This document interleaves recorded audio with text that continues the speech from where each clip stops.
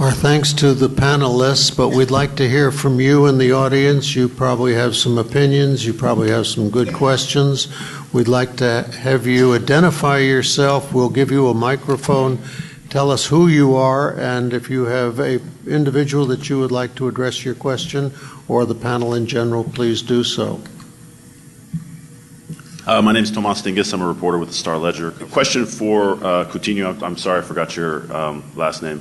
What are you seeing amongst the troops from the 50th in terms of medical issues? I mean, when you start asking them questions, you know, can you speak generally to what you are seeing?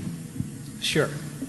So most of the soldiers that are coming back, thankfully, there's not a lot of injuries in terms of catastrophic limb amputations and things like that.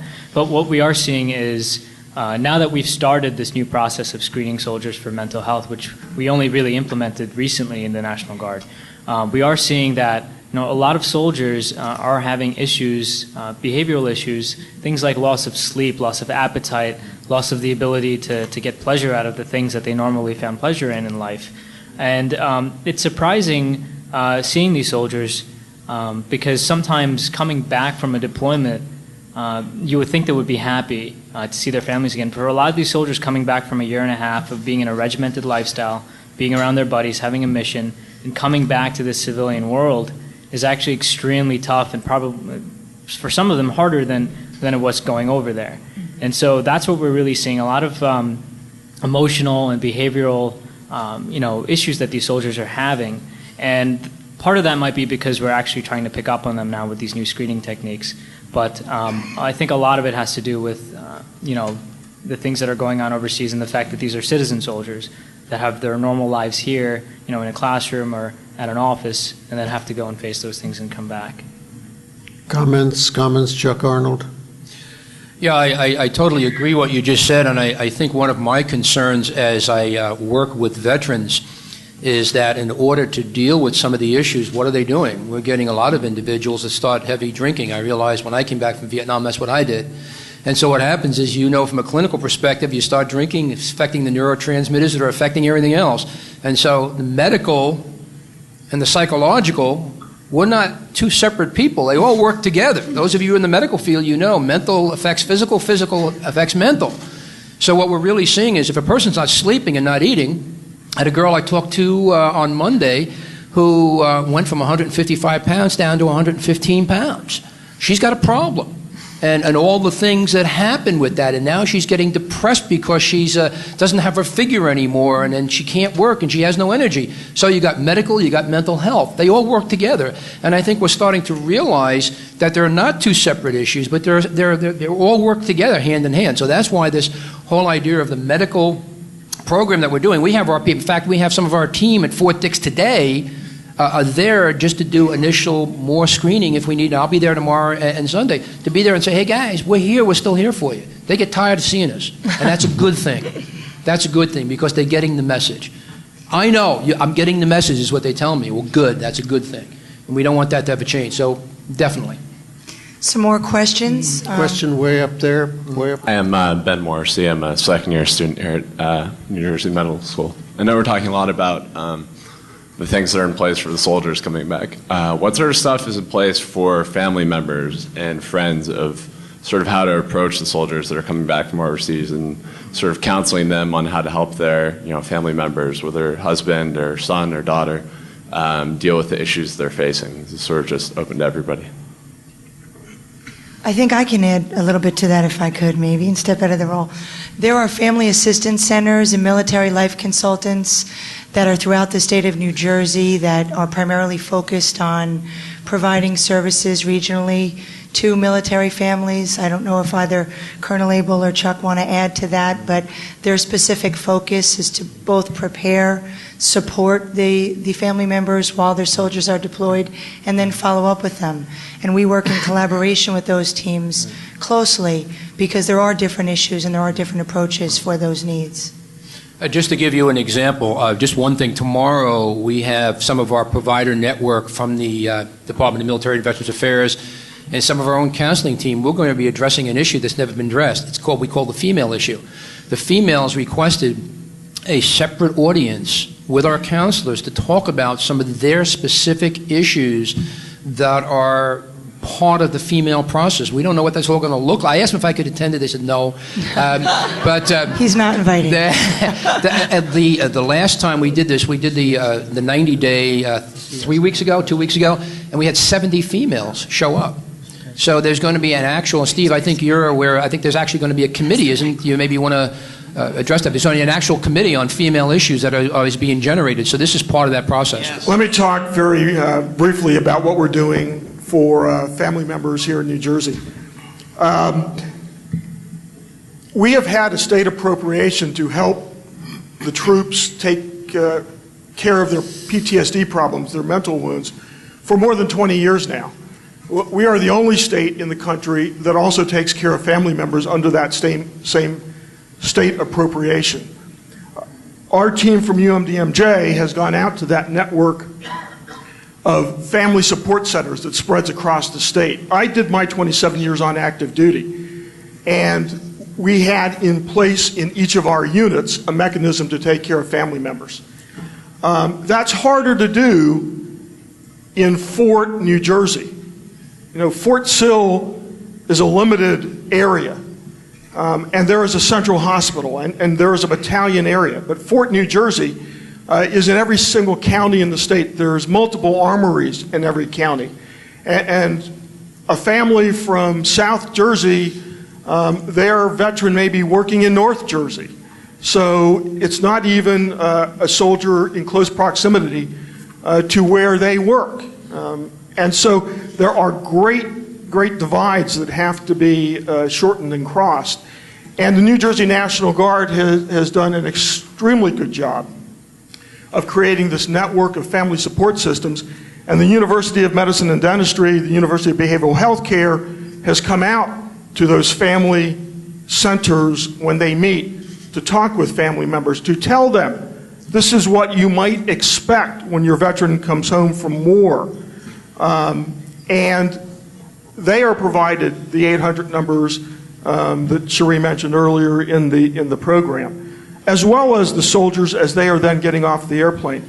So, I mean, I think we are trying to balance both ends of this, understanding that the families are making great sacrifices as well as the soldiers. Thank you, Colonel Abel.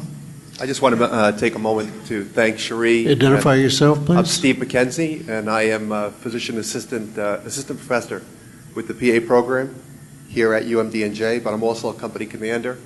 And I brought 115 soldiers back, and we just came through 3 weeks ago. And I want to thank all the panelists that are here and helped my soldiers. Also, just reflecting what Colonel Abel said, it is very difficult as a company commander to keep touch with all my soldiers. We have soldiers that have come to us from all over the state to drill at Jersey City Armory. We have a terrific family programs group. No matter how many times we continue to say, reach out to us if you need help, we have to continue to say, reach out to us if you need help. Because these guys don't want to show any weakness. They don't want to show when they need a problem. But I have to say, the support that we've had has been incredible. Things like if a soldier says that his wife feels that they need some counseling, he'll actually be put on orders, which means that he'll get pay to take his wife and go get that counseling. That's an incredible thing to do, because we're not at Fort Sill where I can look them in the eye every morning and I'm their only job. They have another job. I have another job. But to be able to put them on orders so that they know, what an incentive to say I need help now, because you know, it's just for your wife, it's not for you. But we'll put you on orders and you'll go. And that's huge, and that's a nice you know, ability to offer that carrot to be able to get the help. I wanted to reflect on one other thing too that was said, which is Joe had mentioned the fact that the VA has to be ready for the influx, and I'm going to repeat that, because as a company commander, I know for a fact that the soldiers were cheating on the MACE scores. So the military assessment for concussion exam. soldiers actually had the answers up on the tops of some of their vehicles, and they would read them over and over again. And that way, when there was a blast injury, and I'm sure that Joe can attest to that, that although he went to the ER to get evaluated, I'm sure that the other guys in that vehicle passed their MACE test like that. And that doesn't mean they didn't have signs and symptoms that were needed to be picked up, but these are the kind of guys that wanted to get back on the next mission and do the right thing and take care of their buddies so that this didn't happen again. And so they went right back, cheated on that test, did whatever they had to do to get through it. And I know the docs are always trying to find a way, and there's a million ways to do it, but as fast as you change the test and adjust, they keep rolling. So I don't know if there's a question with that, is if you experienced any of that, Frank, and what you felt about that. Yeah, the MACE score after a bomb blast, the MACE score, which is our scoring once again to determine whether or not someone has mild traumatic brain injury without the capability of CT scans and so forth, is supposed to be done within the first 24 hours. And what we typically do is we do that in conjunction with a good history and physical. And if someone does have a low score in that, we'll repeat it, but we're repeating the same exam. So it's possible folks are cheating their way through that, and that comes back to the discussion of mental health and the stigma for mental health, Right. both for the military member and for the family member. I'm active duty. I'm not a reservist. I'm kind of fish out of water. I'm back here in New Jersey at UMDNJ. I've always been at a major base. My family was stationed at a major base, NATO base in Italy, and during my time period in Iraq, they moved to New Jersey. So the transition back to New Jersey from a military setting to a civilian setting was quite a big, kind of a kick in the stomach for my family when they came back here. So efforts like this, I think, through UMDNJ of reaching out to the community. But they say 1 in 4 military members coming back from Iraq or Afghanistan has PTSD. That's a big number, and that's sort of a made-up number because we don't know what the real number is. That's a big number, and if you look in your community, you probably know of someone down the street that has been to war, and that family, what they're going through as this continues to go on, and now we face the possibility of a surge coming on, and there's no draft. And it's probably the same person going back to war, and that family once again going through that. And we know the second time around places a greater risk for mental health for the member and for the family member. So as we prepare for a surge potentially, I think we, as a nation, need to stand up and look out for our family members in the military and for active duty people, that there is no draft, and it's the same folks going back again. And we're told that a Dr. Rita Goldstein, oh, there she is. Yes, she's head of the Post-Traumatic Stress Syndrome Program, and I just wanted to acknowledge you, and I really would love to hear, some of your comments about what's been recently said. I really wanted to thank everybody who was here sharing with us today, because you folks, really have the up close and personal version of what we eventually see at VA New Jersey. And I have to preface all of my comments by saying that generally we have not been seeing veterans with serious, amputations. We do see plenty of folks with mild to moderate traumatic brain injury, but the folks that we see, they might have had injuries, but they weren't the kind where they spent months or years in naval or medical, hospitals. They have witnessed that in their buddies. And I'll just give you a tiny idea of who I am and what we do and how we're responding to this. I'm a clinical psychologist, and we have PTSD services ranging from assessment and education all the way up to residential programmings with flexible lengths of stay. This programming is all specifically for post-traumatic stress disorder. Now, we also understand that there are a lot of other ways that veterans and active duty will come for our care. So one of the other ways, people have been talking about stigma, people have been talking about some of the barriers toward people getting prompt care. One of the things that we've been doing in VA New Jersey, which I think is appropriate across the board, I know this happens in medical centers around the country, is we have now integrated a lot of mental health professionals in the primary care areas, so that if somebody were to come in for an evaluation, and the people who are, and they also have a wide, vast screening system to make sure that the veterans are screened for all different medical and psychiatric issues when they come in. So if they screen positive for anything, they could be referred to primary care, and even if they might not feel comfortable or ready to deal with a mental health issue, there are people there who can assess them and speak with them without a great commitment. So they won't be going to a special area that's mental health. Mm-hmm. They can, see a professional there and make a decision about, whether that's something that they'd like help in at that time.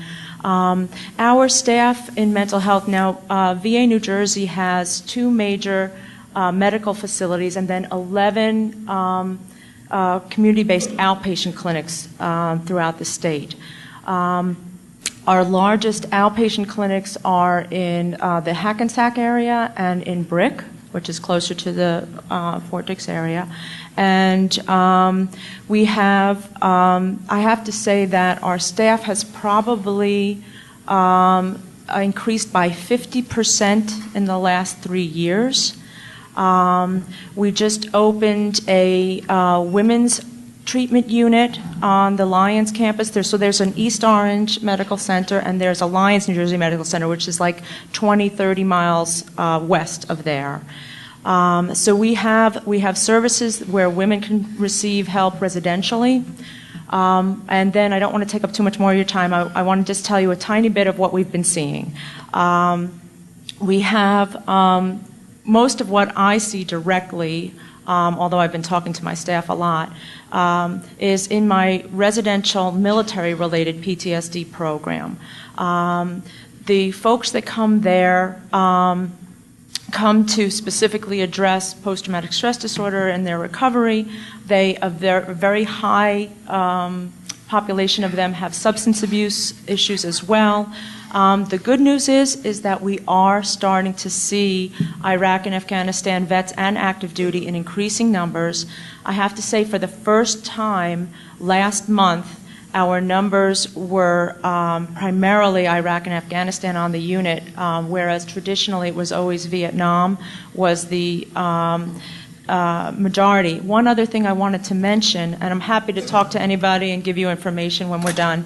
The other thing that I noticed, Sergeant Nizio mentioned that some just aren't ready yet, and he's right. I have to tell you that in the last 6 months, we've seen more Persian Gulf I folks. Okay, so we're, how many years we're talking here.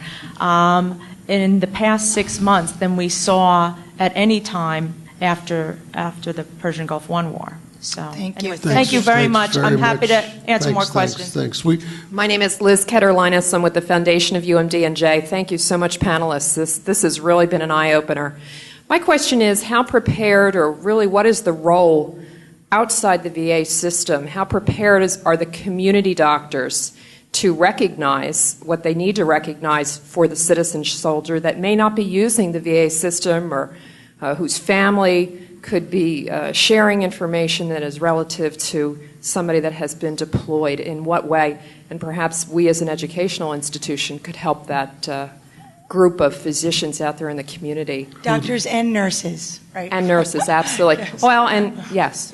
And again, this sounds kind of weird, but I'm fortunate in serving, having served, been deployed, that I personally am a little bit more sensitive to it, but I can tell you, I think some of my partners are because of my deployment, but I can tell you the doctors in the community, absolutely not. And I think that programs like this, and perhaps programs that are run by the various societies and stuff, should put doctors and nurses, everybody in the medical community, in more touch with this topic. But I think in the community we're not.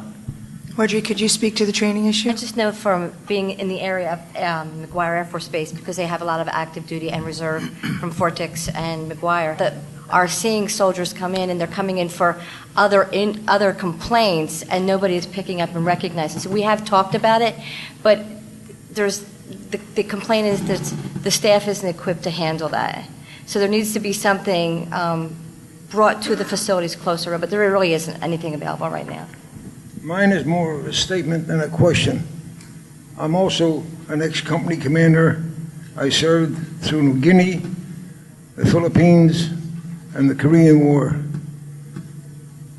We look after our own. I'm very active with the Korean War Veterans Association for the simple reason that we take care of our own people in the streets. We're talking now about youngsters coming back with the problems they've had during the war. People tend to forget that there were other wars before that, and we're looking always for money. We have to help these veterans as best we can. My outfit bought a house in Garfield, New Jersey, 15 beds. We pick men off the street, give them something to eat, something to wear, and give them a boost, and keep them there for about a month till we send them on their way. It's a shame that we have to beg for money. We go out and we beg for money when we shake the can. When you see us in front of the AMPs or the other stores, most of that money, almost all of it, goes to the ex-GIs who need all the help they can get.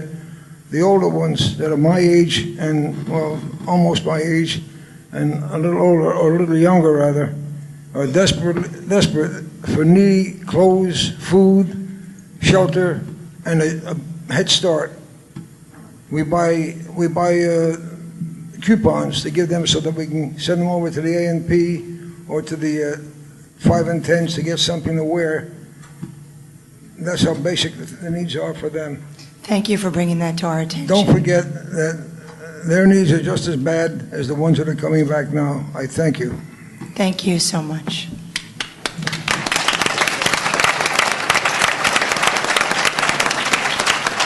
I'd like to thank Cherie, Dr. Swan, all of the panelists. That was wonderful. Thank you very much.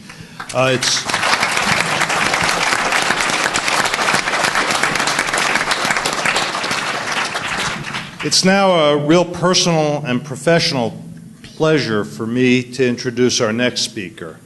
It's under his leadership and with his constant support that the work with the veterans and the Department of Military and Veterans Affairs has thrived. He constantly looks for ways to improve the university's value to New Jersey and to the country. As Karl Barth, the Scottish theologian, said, though no one can go back and make a brand new start, anyone can start from now and make a brand new ending. With Dr. Owen's leadership, UMDNJ is creating that new ending. It is my pleasure to introduce the President of the University of Medicine and Dentistry, Dr. Owen.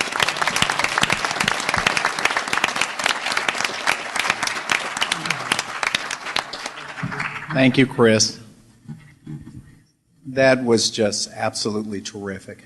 I view the university as my home, and it is an incredible honor to have soldiers in my house.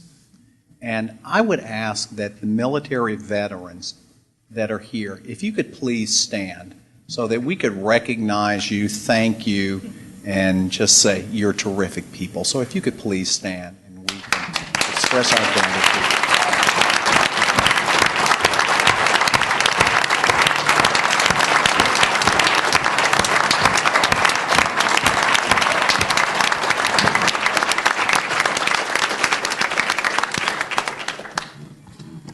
This has been very poignant for me. I like to remind myself of a couple of things. One of those is that human history is about 2.5 million years old. And the reality is that human history is filled with conflict from our very beginning. So although we aspire for more peaceful days, our past, our present, and unfortunately, likely our future is going to be filled with conflict. And so the issues that we're hearing today are not just issues that are germane now. They're not just contemporary issues. They're issues that are going to be with us for, unfortunately, much of our future as well. As you can tell by my accent, I'm a Southern boy. I'm from Tennessee, and Tennessee is known as the volunteer state. So on that background, I had no small number of friends who joined the military. It was a point of honor to join the military. I, in fact, wanted to join the military like most little boys. My dad would remind me that I'm of average intelligence, which meant that half the room was going to be smarter and more competent than I am, and I was unfortunately in that bottom half, so I couldn't join. But all of that being said, one thing that was a common theme from my friends who did join the military upon returning home was they would say, when I come back home, I want things to be the same. Think about that. You know, you go away and you come back and you don't want things to change. But what was terribly sad for me in engaging with them is that everything at home could arguably be the same, but they were not. They were changed. And sometimes their changes they were able to recognize and manage through with some difficulty themselves. But a lot of times those changes they were not able to manage on their own. So things were not the same. And they drove some of the change that they did not want to happen. What I heard as a message here is that we have to make things the same for them and their environment and their families and their friends, and likewise to drive a certain level of self-awareness, and where they can't recognize it or won't recognize it themselves, to reach out to them and shake them up, like sometimes you have to do with your kids and tell them, you know, hey, get yourself together and do that. And that's something that I'm proud this institution has taken the lead in. But I also heard a real powerful message. We need to do a heck of a lot better in a number of different domains. So I want to tell you, also being a Southerner, I'm a man of my word. If I tell you we're going to do something, we're going to do it. So, soldiers, we'll do it. We're going to do a heck of a lot better. Promise you. Thank you.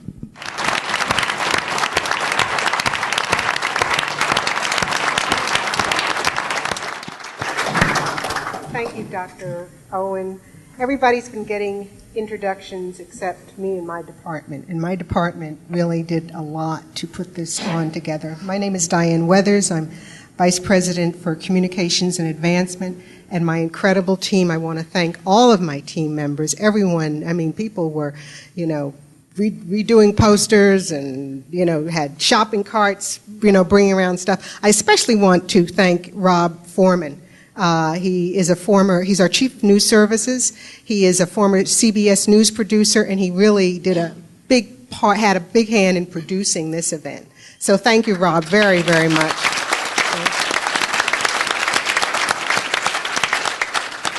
I'm pleased to introduce someone who is going to sort of oversee the next part of this program, really very special part of the program. It's a retired U.S. Army Colonel, Stephen Abel. He's New Jersey's Deputy Commissioner of Veterans Affairs, and he was very instrumental in ensuring that all returning veterans would receive the medical and mental health services that they need. He will, okay. I've got to talk. I'm an Army Colonel. Chuck, I'm glad when you sobered up, you went Army.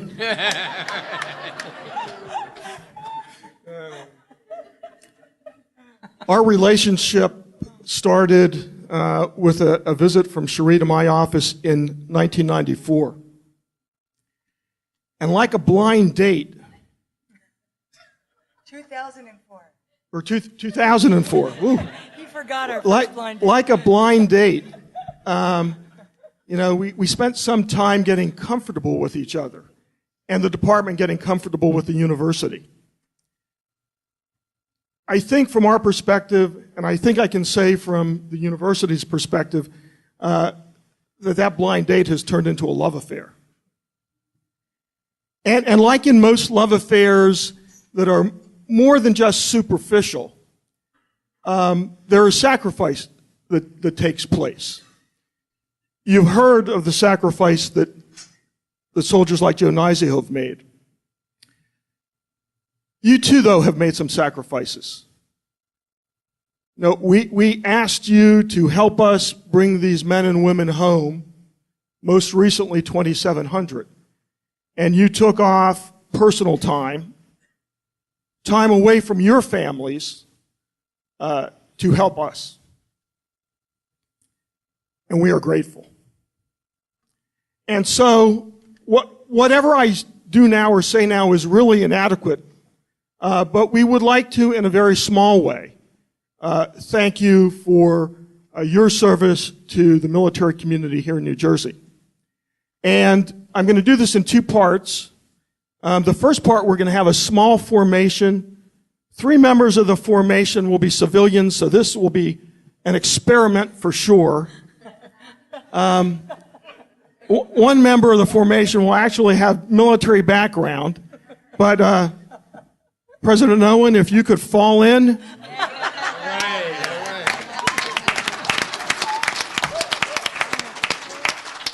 Dr. Kossoff, if you could fall in.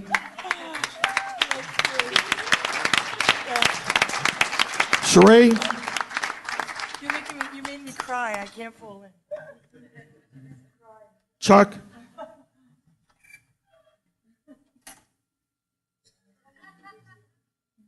Joe's going to act as my aide for the day.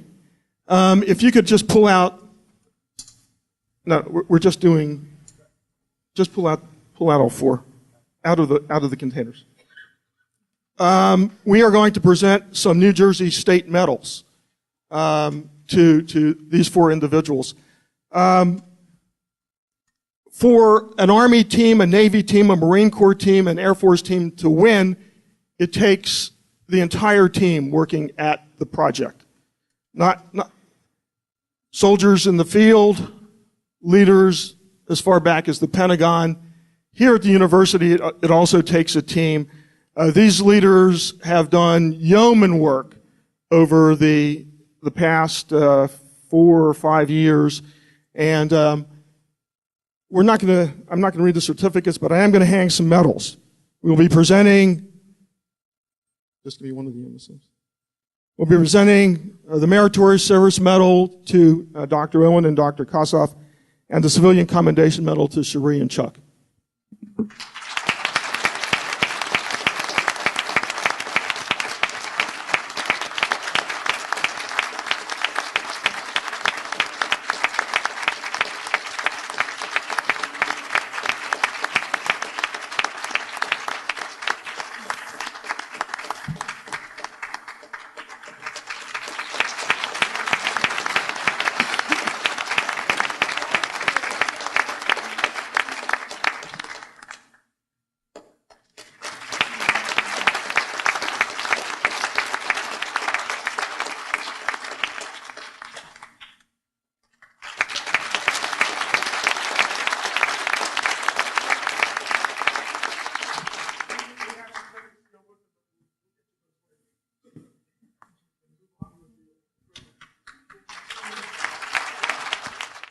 Staff members who really volunteered their times. It's just kind of amazing in this day and age that people would do that. But I'm going to call your names in alphabetical order, and when I do, would you please stand up and come forward and receive your honor? Charlie Angelo.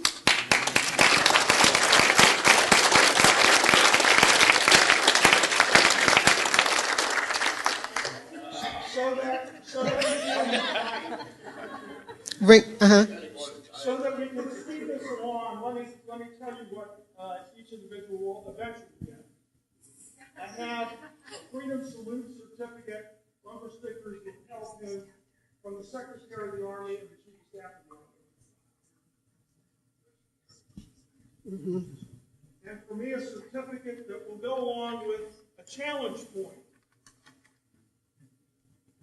You have your coin, Dr.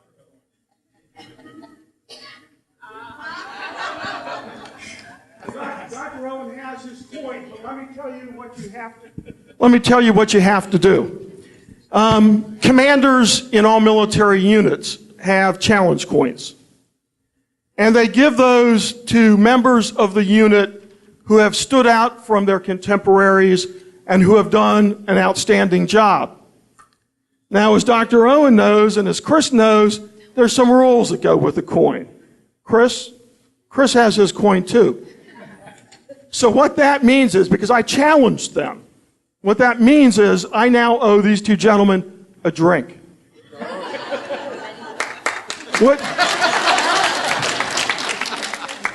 Would they have not had their coins, they would have owed me a drink.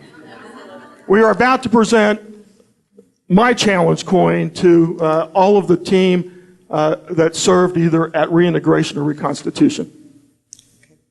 Okay. Rinko Aurora. Rinko, are you here? Richard Savasco.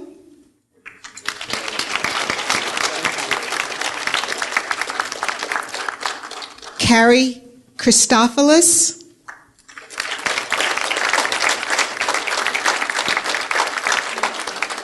Lola Lynn Clark.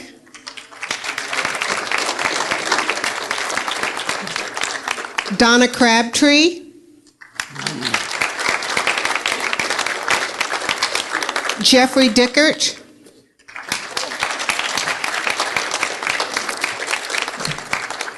Michael Dinglestead.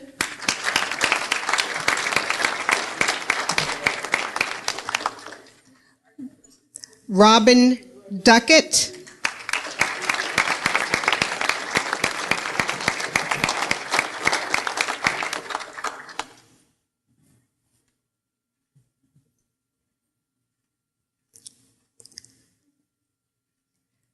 Jacqueline Durham.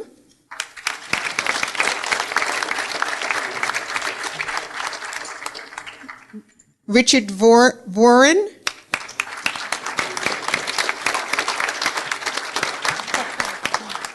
Susan Furrer.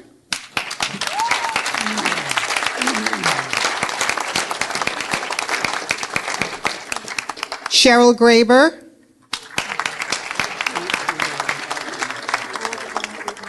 Margaret Grandison.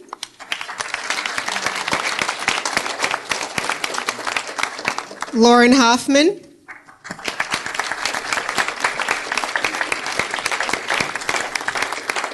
Maggie Kelly.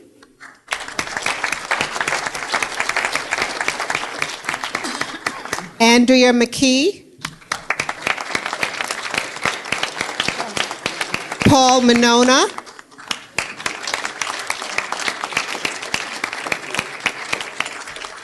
Wanda Merchant.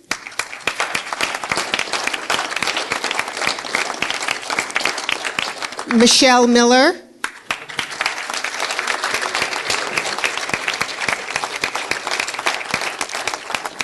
Teresa Miskamen.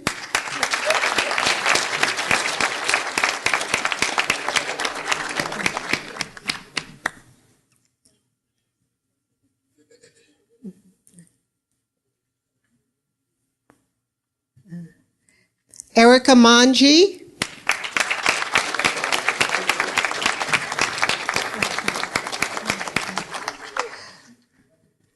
Dorel Moody.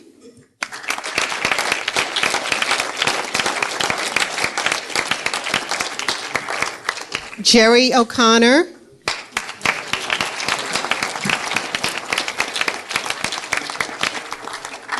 Mayowa Obasaju.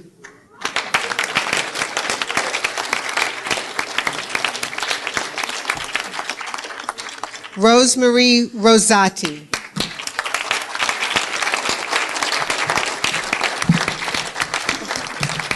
Jolene Sadlin McAtee.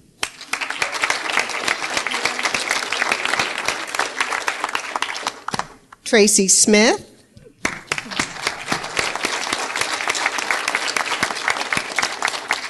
Stephen Sonley.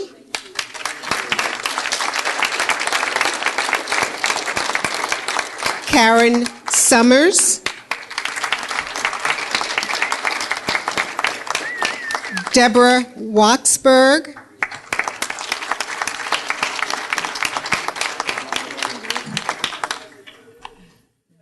I hope I haven't omitted anyone who we didn't have.